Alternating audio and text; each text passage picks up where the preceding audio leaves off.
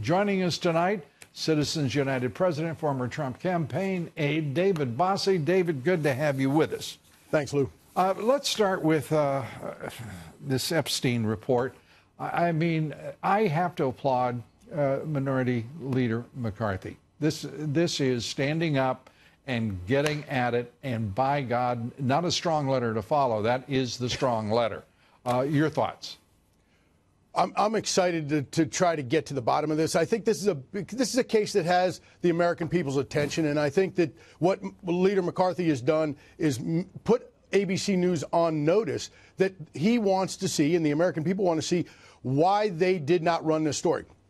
I have worked with ABC News over the years many, many times over Bill Clinton issues, and I think that that's what maybe the question is about. Maybe what it's about. You have been working hard to bring in documents. You're getting all sorts on this broadcast. I choose not to name the whistleblower, which is the name of which is known to half the Western world at least because of its appearance. Among other things, the name has been released by a congressman, a senator, and the list goes on. But it is interesting to me that this whistleblower could escape scrutiny, even though he is, in point of fact, not a whistleblower in a classic legal definition. This is something I have never seen the likes of this in Washington. I've never seen the likes of it in journalism or media. Your thoughts about the context for all of this, not the whistleblower's name. Certainly, Lou. This person seems to be a Democrat operative much more than some analyst sitting in a room somewhere where what the Democrats are trying to, set out this storyline that he or she is just an innocent person sitting there. I don't see that happening at all.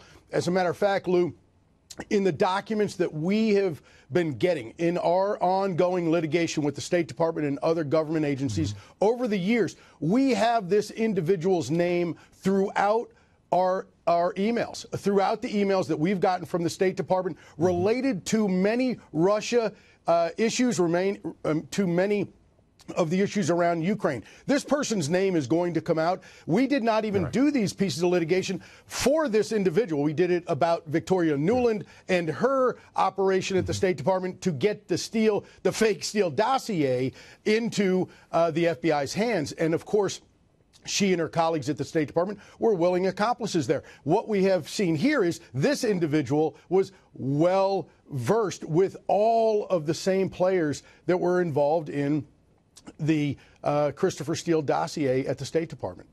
He seems to be at the nexus, this person who some assume is the whistleblower. By the way, I won't make that assumption at this point. I frankly don't know. But whatever he is, or we learn finally that he is at the nexus of so much of the communications amongst various groups, whether in the State Department, whether in Ukraine, whether working in the United States in various capacities, including within the White House. This gets to be a fascinating story in and of itself. It really is, but I would just urge the investigators in Congress and as well as the members to look at every single person, regardless of the word whistleblower. That's where we're getting caught up here, Lou. I think if I was the chief investigator for the Government Reform and Oversight Committee, so I understand a little bit about how they're doing this. They need to look at each person and create those concentric circles around each person that was on the phone call and figure out who was on the call and who they spoke to. That's very important, and that's where this person's name will come up. It's going to come up over and over again. Whether it's the whistleblower or not, we need to make sure the American people understand the full story here. And I'm not going to sit idly by.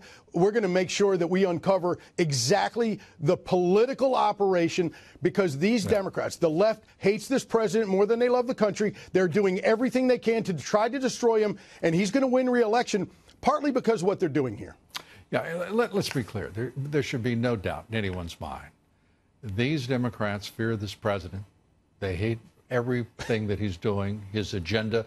Yeah, there hasn't been a single Democratic-driven program in this country now for 3 years.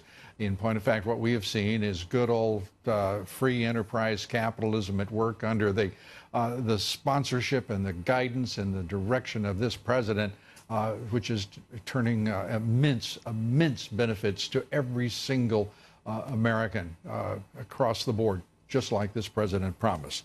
It's one of the reasons, but only one, that he's historic. David Bossie, always good to talk with you. Thanks, my friend. Thanks, Lou.